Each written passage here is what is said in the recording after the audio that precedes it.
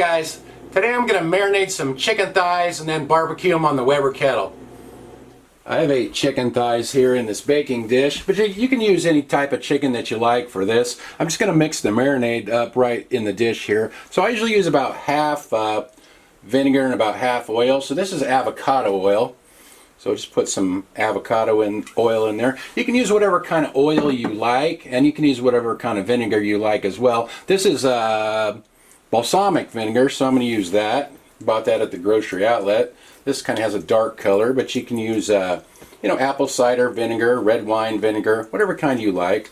Okay, that looks pretty good. I just kind of eyeball it. I don't really measure it out. And then I'm going to have the Worcestershire sauce. That adds a little flavor, but you don't have to use this if you don't want to. So you can just use the vinegar and oil if you like. So we'll just put a little bit of that in there. Gives it some extra flavor. And then we use Johnny's seasoned pepper. Besides pepper, this has sugar, red and green bell pepper, garlic, and onion in it. You can use, other seasonings or separate, spices or seasonings if you like. But I like this one, and it's handy because everything's in one bottle there. And then some kosher salt. Alright, and I'm just going to let this marinate on the counter for an hour or two. Now if you want to do it longer, you can put it in the refrigerator. You could do it overnight if you want, but like I said, I'm probably just going to do this for an hour or two. And I'll kind of keep massaging the chicken a little bit, and I'll flip it over and do the other side a little bit more. But for now, just let that sit there, and then we'll get the grill lit and cook them up. While the chicken's marinating, I'll get the grill lit here. I'm using Royal Oak Clump charcoal. It's in the slow and sear. That's what's holding the charcoal there. And this is a paper towel soaked in cooking oil, and also add just a little bit of lighter fluid to it. That's what I usually use to get the coals going. Royal Oak Clump charcoal. I have a drip pan underneath to catch the drippings. I'm going to cook the chicken indirectly. So as soon as those coals get going a little bit better, we'll get the chicken on there. The chicken's been in the marinade for about 2 hours now, and it's looking pretty good. You can leave it in there longer if you want, 3 or 4 or 5 all day. But I think 2 hours ought to be pretty good. I'm starting it out skin side down. I don't know if it really matters much. So like I said, it's indirect, so I won't have to worry about it burning. Just let it cook on this side for half hour or so, and then I'll flip it over. So I have my vents wide open, and I always cook chicken as hot as I can, so leave the vents wide open. We'll get the lid on there, and we'll be back in a bit. The chicken's been on there half an hour. This is a hot fire, 450 degrees Fahrenheit. So let's see how it looks. Whoa, looks pretty darn good. I'll flip it over now.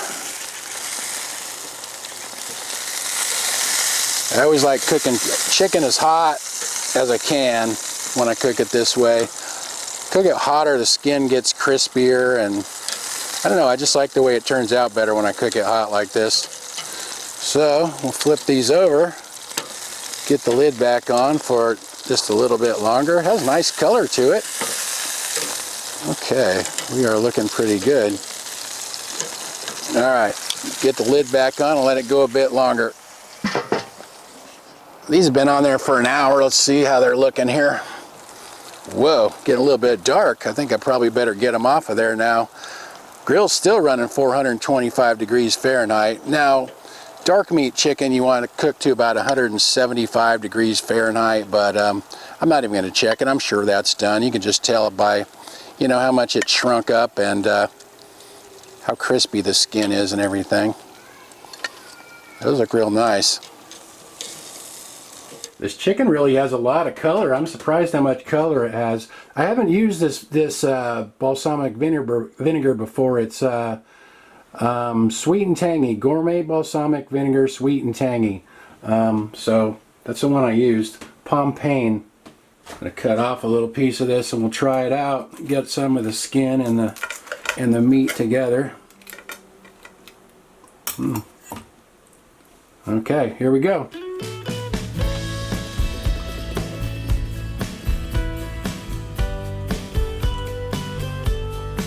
The vinegar has a good flavor. I like it. Annie looks excited. Let's see what she thinks. Want to try some, Annie? There you go. Looks like it's Annie approved.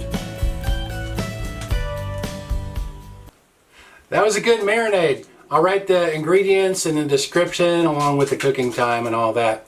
Anyway, thanks for watching. See you guys next time.